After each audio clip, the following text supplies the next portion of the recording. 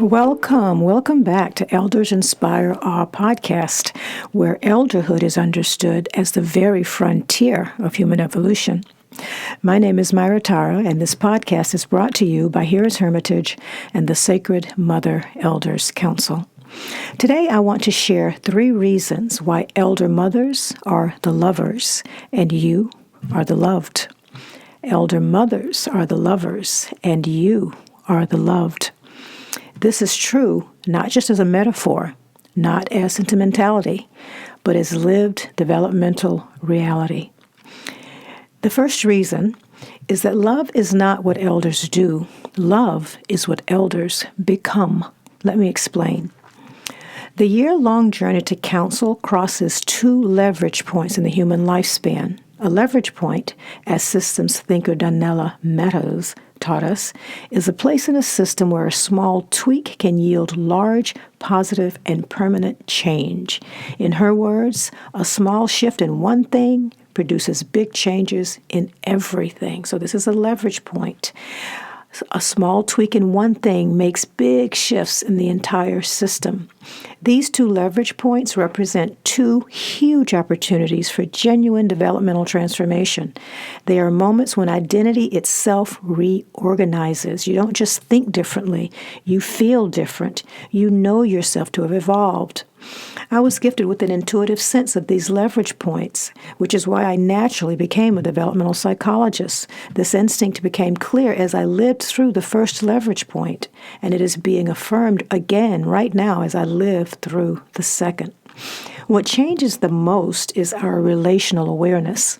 First, there's a change in our relationship with ourselves. My relationship with myself improves. It improves tremendously. Then there is a change in one's relationship with others, particularly significant others like family members. These relationships improve also. And finally, there is an unmistakable awareness of our sacred non-duality, of our oneness. Alongside this emerging relational awareness is a refinement of our energy frequency. For a long time, I struggled with this idea of a higher energy frequency. I know you hear the term all the time, but I don't know that I quite got it. I associated higher frequency with peace and ease, but whenever I saw images of high frequency waves with tightly packed peaks and valleys, I thought stress, overload, too much happening, Low frequency waves, rolling hills, fewer peaks, felt more peaceful to me. Then I came across an image that made it all make sense. It showed that the more tightly packed the peaks and valleys, the greater the energy. And at the highest levels of energy, the peaks and valleys become so tightly packed that they merge into a single, seamless line. Nothing distinguishable, no noise, no stress, just oneness. That area at the top was labeled unified field, singularity, source energy, and I felt the peace. At the bottom of the image were all the things we normally experience: bodies, places, time, stories, noise, and at the top, oneness. So each step on the journey to counsel relaxes the central nervous system, dissolving more and more of its chronic stress. So elders are quite literally transported to a higher vibration, to a finer energy frequency. The feeling of separation begins to dissolve, and from this place of oneness, from this place of felt oneness, Sacred Mother Elders Council members can transmit warmth and acceptance from their central nervous system to another. This is the kind of human warmth that no one would trade for the world. This is not performative love. SMEC elder members, SMEC for Sacred Mother Elders Council members, become the love itself. These elder mothers are the lovers, and you are the loved. The second reason has to do with age itself. With elderhood comes a powerful developmental motivation called generativity. You may have heard of it. This is the desire to invest everything one has, one's most productive time, one's most creative, intellectual, and material resources toward positively impacting the world around us in some way that is personal to us, not just any thing, but something very specific and very idiosyncratically meaningful to us. Elders are highly motivated to create this kind of legacy. This is important for the evolution of human culture. It's sort of built into the design, you know. It creates new, relevant and novel change. That's what evolution is. In a previous podcast, I talked about this as the Incarnation Contract, the later life purpose reserved only for elders. You can take a look back. I think it's that word, Incarnation Contract, is in the title. But SMEC elder mothers want to give their very best to you. These elder mothers are the lovers, and you are the loved. The third and final reason is simply nature's design for elder mothers. On his Instagram page, at I am Renan Pacheco, I'll just spell that out in case you want to look it up, IAMRENANPACHECO. He poses the question, why the bad things in life jump out at us far more than the good things? He says it's because the good things are everywhere. It's like white noise. We stop noticing the feel of a summer breeze on our skin. But such good things are ubiquitous. That's a great way to think about the emerging awareness of elder mothers.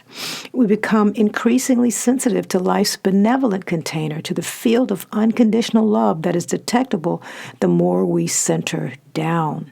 It pushes grass out of the ground. It provides light and energy during the day and rest at night. Animals take it for granted, and we swim in it like fish swim in water. In the unencumbered present moment, the quality and feel of the love that is most ubiquitous about this life can be increasingly detected by elders. Aging is meant to be a continual opening to this awareness. Elderhood offers not just the time for opening to this awareness, but also the inclination to do so, the desire to begin to live within it and from it, and to draw the rest of us into it too. There's more. Elders develop something called quantum awareness. While awareness is a sensitivity to the broad field of benevolence holding us, the goodness, the kindness holding us, quantum awareness narrows our sensitivity down to where things bump up against each other.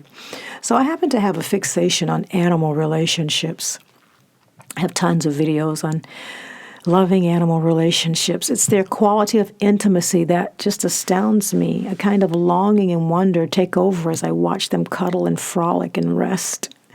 By intimacy, I mean their free expression of affection and play and the joyful milieu in which it all happens. So I was happy to see the pair of blue jays return to play around my front porch. When I stopped at the window to watch, they came to perch on the porch railing, flitting about with quick pauses to look me in the eye. Are they actively seeking my eyes, or am I just imagining it, I thought? Are they enjoying this connection as I sense it? Then one of them alighted and stared directly into my eyes, quickly shifting her head from full frontal two-eyed views to views from one side or the other. She stared into my eyes. Then, without breaking the connection, she flew right up to the window, where she shared a momentary oneness before she was off again.